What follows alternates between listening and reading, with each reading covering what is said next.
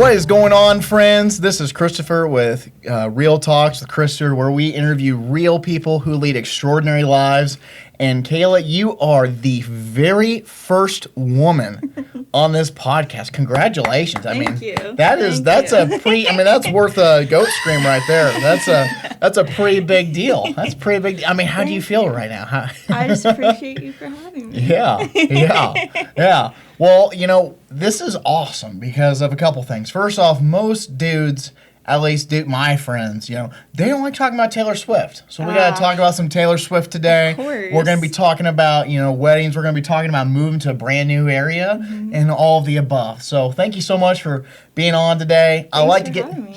Yeah, absolutely. Well, I love to get things started off with a trivia question of the day. Oh, God. So we... I wasn't prepared for I didn't ask the this. question yet. I should have been studying. I know. Okay, well, here we go. Okay. Trivia question of the day, okay? Okay. Taylor Swift, which concert was this where she said Karma is the guy on the Chiefs? That was the very first time she ever said this. Ooh. Name that concert. See, I haven't seen the documentary yet, so I haven't brushed back up on all of my. I haven't even watched the documentary Taylor yet, lore. which is kind of bad. I kind of feel bad as a, Swiftie. I'm not like a hardcore. Was Swiftie. she at Arrowhead? No. Kelsey was at this. I know that he was there. Yeah, he was at the concert. Yeah, there's like videos of this too. I don't know the number. It was in 2024, and it was in Argentina. Yeah. I did know that. Yeah. I remember the video too. Watching Travis Kelce.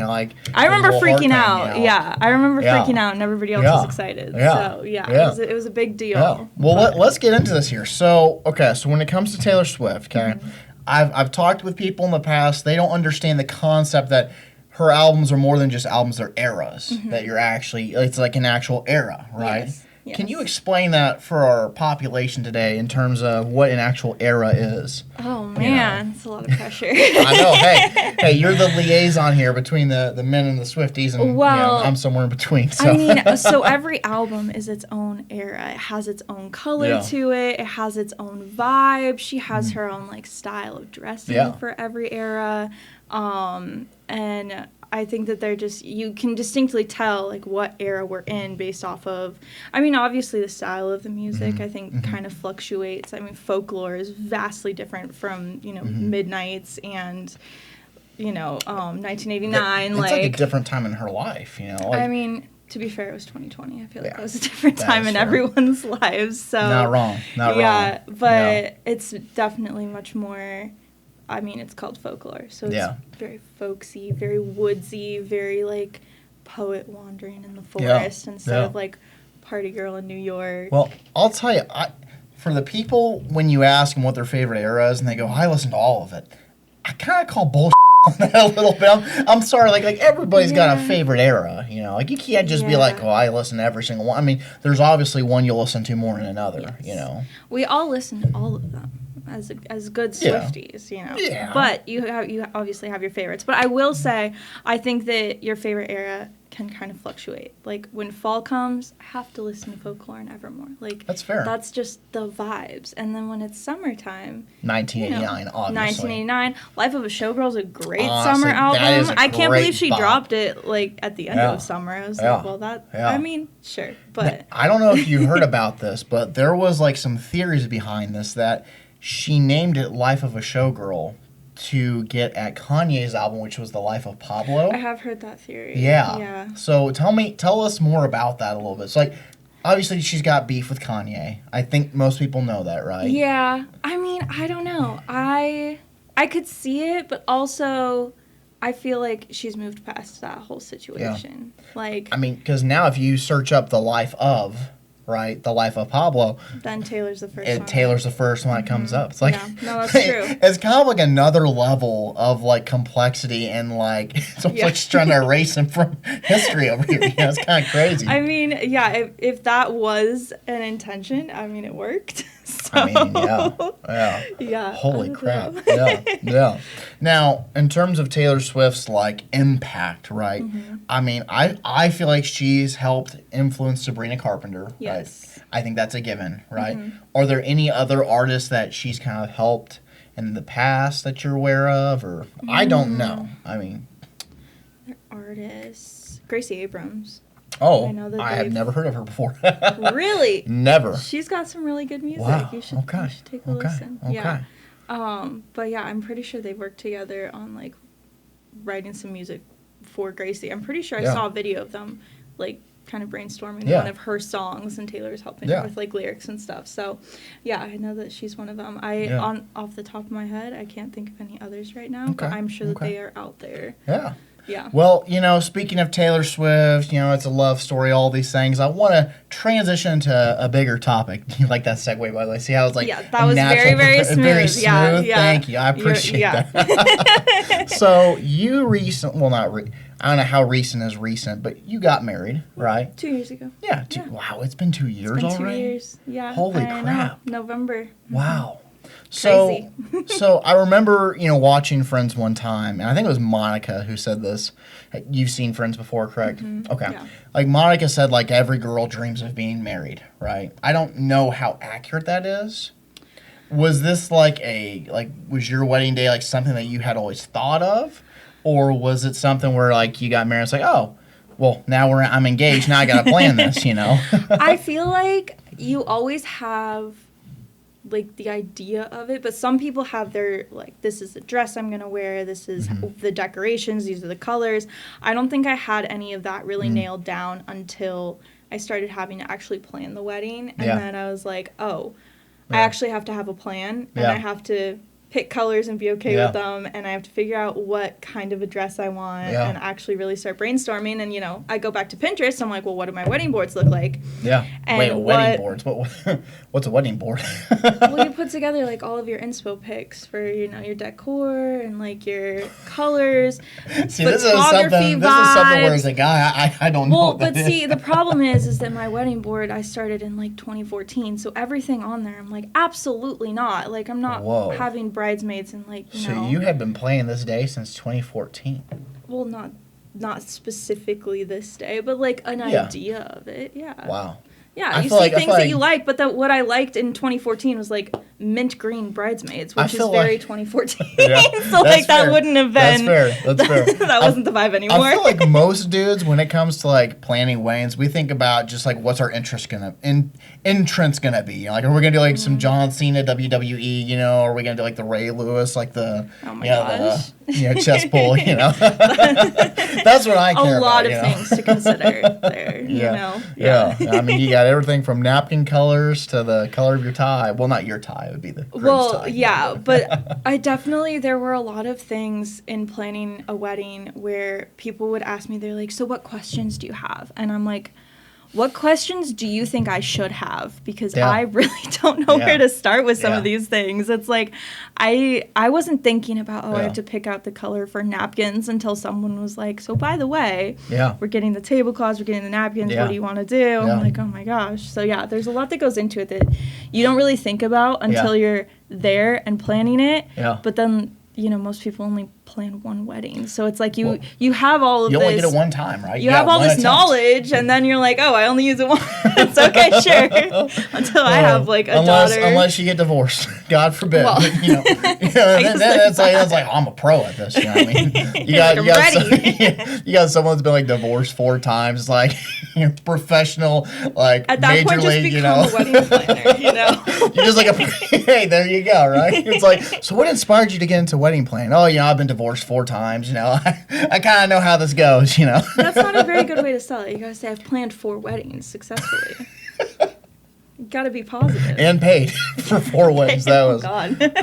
Oh man. Okay. Yeah. Well, if I recall correctly, right, you broke your elbow. Not the meme, like, I don't care that you broke your elbow, right? You guys know the meme, your real ones, right? But you broke your elbow. No, I actually broke my elbow. Yeah. So first off, what happened? Let's start there. See, I want to have a really good story for that, but I mean, it's not too late. Did you save like an apartment of burning kittens or something? I was skiing and I got tripped up by a bear, rolled down the mountain. Wow, see that's impressive right there. Yeah. No, I Is that what happened though? No, I tripped. I was playing with my dog. I had fuzzy socks on my hardwood floors, and I had his toy under my foot, and he pulled just right. pulled me off my feet, and I dislocated my elbow. So, yeah. So you just took a spill in the floor and boop. Yeah, and it was exactly to the day 1 month before the wedding. You know, it is crazy to me how many times, like, pets cause injuries. Like, they're really a liability. They kind of are. I mean, I had a dog, rest in peace, Bear. 150-pound Malamute throws his head back, gives me a concussion. I missed 6 weeks of college, and that's not a good time to have a concussion. No, it was not. It was not. Not that any time is a good time to have a concussion. But there definitely are better times than others. Like middle of summertime, it's probably a good time to get a concussion. There were better times that I could have broken my arm than a month before the wedding. The month before finals, month before wedding, definitely not a good time to get injured. Not great timing, no. So how did you navigate that? Right? How were you able to navigate that breaking your elbow, right, and kind of maintain composure throughout all of it? I mean, because that affects everything. I mean, you kind of look like Rob Gronkowski out there, the elbow brace, you know? I mean, with the wedding, so, you got the photos, Very serendipitously, I had really wanted massive sleeves on my wedding dress. Okay. Like, did you get a cape to hide it or something? Sleeves. No, the wedding dress I already had planned was, like, big flowing sleeves, and so I didn't need to really alter it at all. It just covered the brace. You couldn't even see it. So my arm was Did you have to alter the elbow, though? Like, make it a little bit bigger, though? No. Those sleeves were, like, big, like, drapey. Okay. Yeah, that was what I wanted. And so it completely covered it. The only thing you can tell is, like, that my arm is just frozen at this angle. And I just, anytime I'm hugging someone, it's like that. Like, when I'm walking, it's like that. If you didn't know, it would just look like I'm in motion. But it could have been a lot worse, It could have. I mean, God forbid, like, your arm starts, like, looking, I'm not going to go the full, I'm just saying. The full what? It can look a lot worse. That's all I guess. Okay. So let me ask you this question. So, to the person who hasn't planned a wedding, right? Mm-hmm. What would be your advice to them? And I'm not talking about advice like, oh, well, go with the red napkins, not the blue, right? Mm-hmm. But what would be your advice to someone maybe going through something they've never been through, And when you encounter those moments where you break your elbow, right? How do you deal with that? A lot of humility, and you kind of just have to lean on the people that love you. And I think understanding that, if they were in my position, I would want to be there and, like, take care of them. And just knowing that, one, I'm so lucky to have so many people around me who wanted to help me and take care of me. But, like, allowing myself to be taken care of and letting other people kind of take over things that maybe I had planned to do myself and just be okay with that. And, I mean, at the end of the day, like, yes, you want your wedding to go perfectly. But at the end of the day, you're marrying the person that you love. And that's really the important thing, is that you're there with them and with all the other people that love you. And if something goes wrong, it 9 times out of 10 is just a funny story that you look back on. And I think just not get so caught up in all of the details. Like, what you're going to remember is, dancing with your friends and having a good time and just, it's the happiest day of your life, So you're going to remember that, not the fact that, like, oh, one of the napkins was the wrong color. Right. At the end of the day, that really wasn't as consequential as you think it is. And as much as you're like, oh, I want all the pretty pictures of all of the different setups and everything, it's like, those aren't the pictures that I look back on, though. It's the pictures of all of us. And you might say that those imperfections make it more memorable. They make it more special. Just make sure, like, whenever you guys, like, do, like, the remarried ceremony, that you don't break your other elbow. Okay? Just don't do that. No slipping on hardwoods. No skiing with bears. Like, we don't want any of that. Okay. As long as it's the other elbow, having your right, if you're right-handed, having your right arm out of commission. And I had to sign my marriage certificate, and I could barely write. Oh my God! So. Wait, did you break your writing hand? Yeah. Oh wow! The first thing I wrote was signing the marriage certificate. Oh God! Did you practice at all, or did you just rough it out? I just, chicken scratched. Oh my God! I did what I could. Hey, makes it more memorable, all right, and more special. I'll say something. I do want to go back. You said something before that was pretty important, I think, that you lean on people around you, right? And it kind of made me think, there's a quote at the end of probably my favorite Christmas movie, It's a Wonderful Life, and the quote is no man is a failure who has friends, you know? Yeah. And I really do believe that no matter how hard life gets, you know, that as long as you got those people around you that you love, right? That you surround yourself with people who build you up, right? Who make you want to be a better person, right? Who challenge you and who love you and support you, you know, and are there for you when you fall. I think that that's what matters most. Yeah. You know, being able to be there with those people and have them around you, you know. And I think it's easy to get so caught up in, you know, other things in life, you know, worrying about, you know, oh, is this wedding going to look perfect, right? When most of the time it doesn't go that way, you know. Yeah.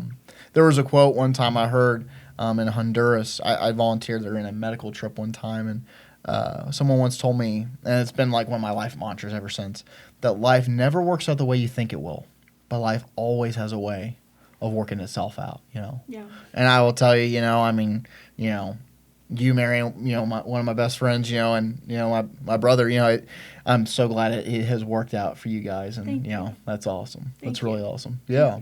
So you guys recently moved to the East Coast. We did. And you've kind of been everywhere. You were on the West Coast. Yeah. You came to the Midwest for God knows what reason. I mean, we do have good barbecue, but you do. You went but to the like... East Coast. I mean, where's next? The South? Like. Yeah. So we, since being together, we have really. Our last apartment was the longest apartment that we've been in, and it was just over a year. Yeah.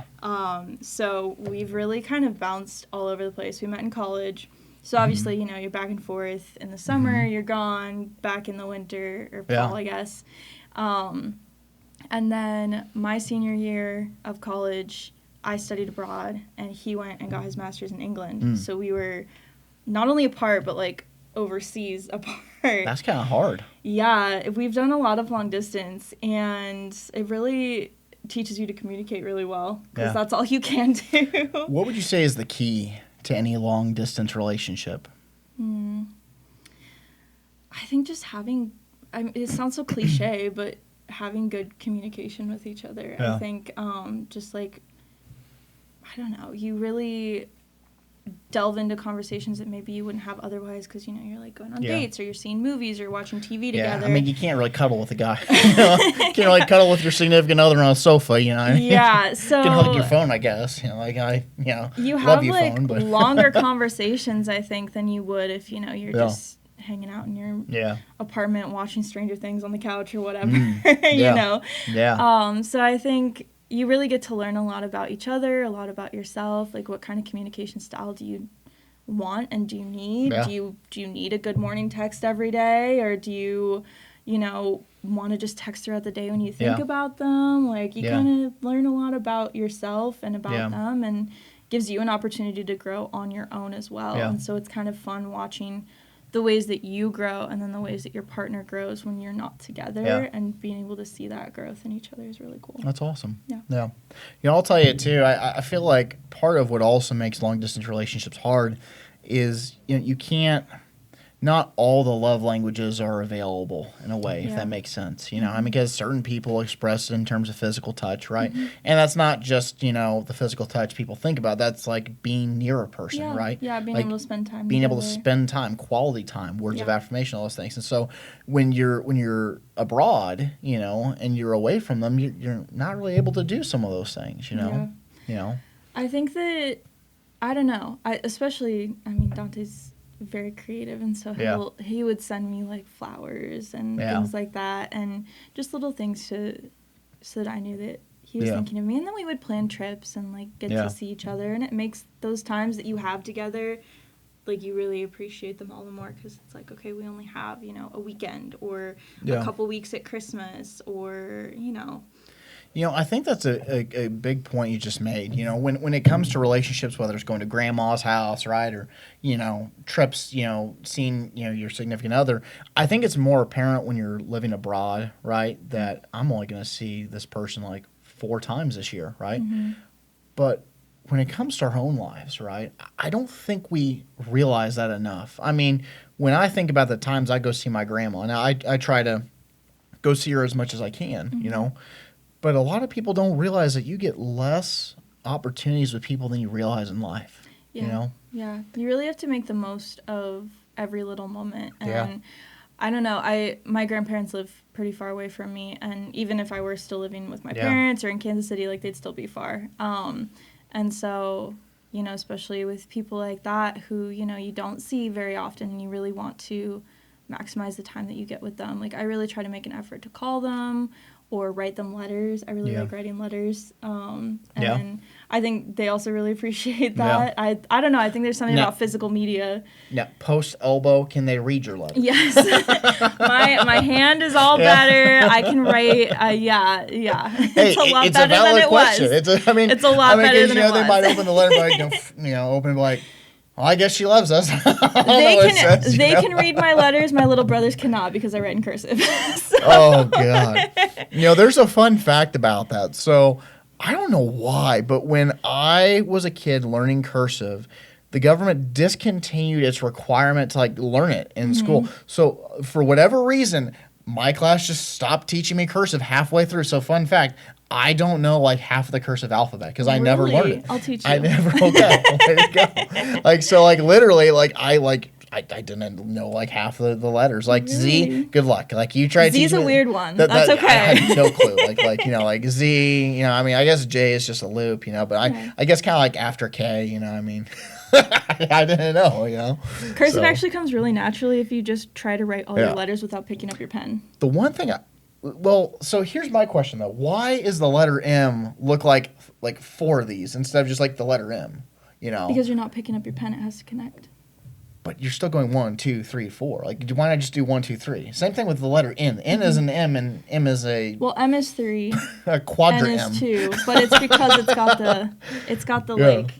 You got to connect it to the one before. So that one, like, that first bump is just, like, connecting it to the other letter. And then the second one is the actual My cursive looks like literally like a first grader did it. Like, it is We'll work on it. We'll get horrible. You a workbook and everything. Like the little kindergarten ones, you know? Like where you get to trace we'll it, get you know? Really good at it. You can write really good letters. That's awesome. That's awesome. Yeah. Well, I'll tell you what. I love asking every single person this question on this podcast, and I try to save it toward the end. I believe, you know, one of the things that I am really passionate about is helping people find their mission. And I feel like a lot of times in life, you know, when it comes to your mission and things like that, people don't know what their mission is, you know, or at least they don't think about it enough as what I think. But when it comes to your life, what would you say is your mission, your reason why that keeps you going in life?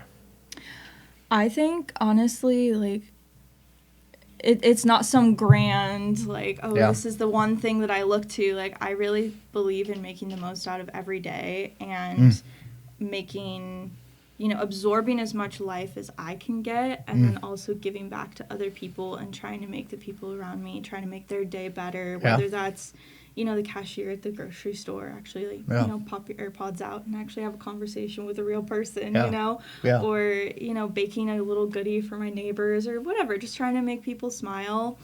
And also, just make the most out of my own days. Like, we've been bouncing around, living in all sorts of different places, and I've never really had a whole lot of stability. And so I think finding the little moments in the day, again, it sounds so cliche, but, like, really, if you try to romanticize your life, like, it works. Yeah. You know, you find those little things. I like that. And, you know, all of a sudden you're looking around and you're like, oh, the trees are so pretty today. And, like, these little tiny things that make up your life is really what makes life beautiful. And I'll tell you something, too, to add on to that. I feel like when it comes to your life, right, settings change.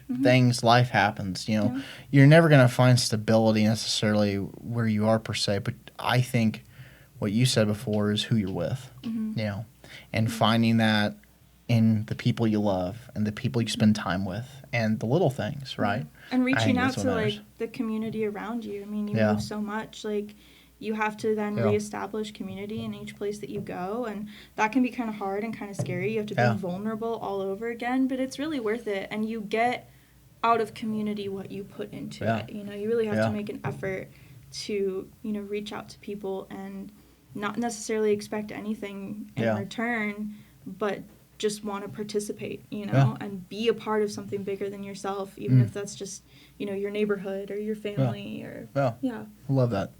Last question, and this is by far the most serious one, okay? Okay. For all the non-Swifties out there, boy. okay? For all the non-Swifties, Yes. what is your maybe not advice, but how can they get into Taylor Swift music? I mean, we gotta represent, like we gotta get people believing in Taylor Swift. We gotta up this. Yeah, I mean, here's the thing. Every time Taylor puts out an album, I listen to it once and I'm like, huh. And then I listen to it again and I'm like, okay. And then I listen to it a third time and I'm like, oh, I get it. It really I don't has know. to I don't listen to the album 3 times in a row. Well, that's a problem. You need to listen to it because the first time you hear it, you just get the vibe. The second time you're kind of hearing the music. The third time you start hear the lyrics. You really start to pick up the messages, and then all of a sudden you start picking up on all the Easter eggs that she drops and all of the context of the songs, and that makes it really interesting. And what makes Taylor Swift really interesting is yes, she has good music. Yes, she has some very poetic prose ways of writing, but it's really the lore. People like the stories that she's telling. Now, you know the real reason why I like Taylor Swift, right? Your sister? My sister. Mm-hmm. I know. Elizabeth is a huge Swiftie. Yeah. She's my reason why in life. And so she loves Taylor Swift. Gosh darn it, I better get on the bandwagon, And hey, that's been a good thing, I mean, I'll vibe around, with, I'm forgetting the name of it. The Ophelia. Well, I love 1989, but the Fate of Ophelia. It's an absolute bop. Put the windows down, go cruising. Dante's heard that song a lot. Yeah. I mean, it's great. It's a great. good one. Yeah. Well, Kayla, I really appreciate your time today. Thank you so much for being on here. Thanks for having me. Yeah, absolutely. And to all those out there, please remember, life never goes backward. Only upward and onward. Kayla, I'm going to let you push the goat one time into the microphone. And on that note, go ahead. You guys have a great day.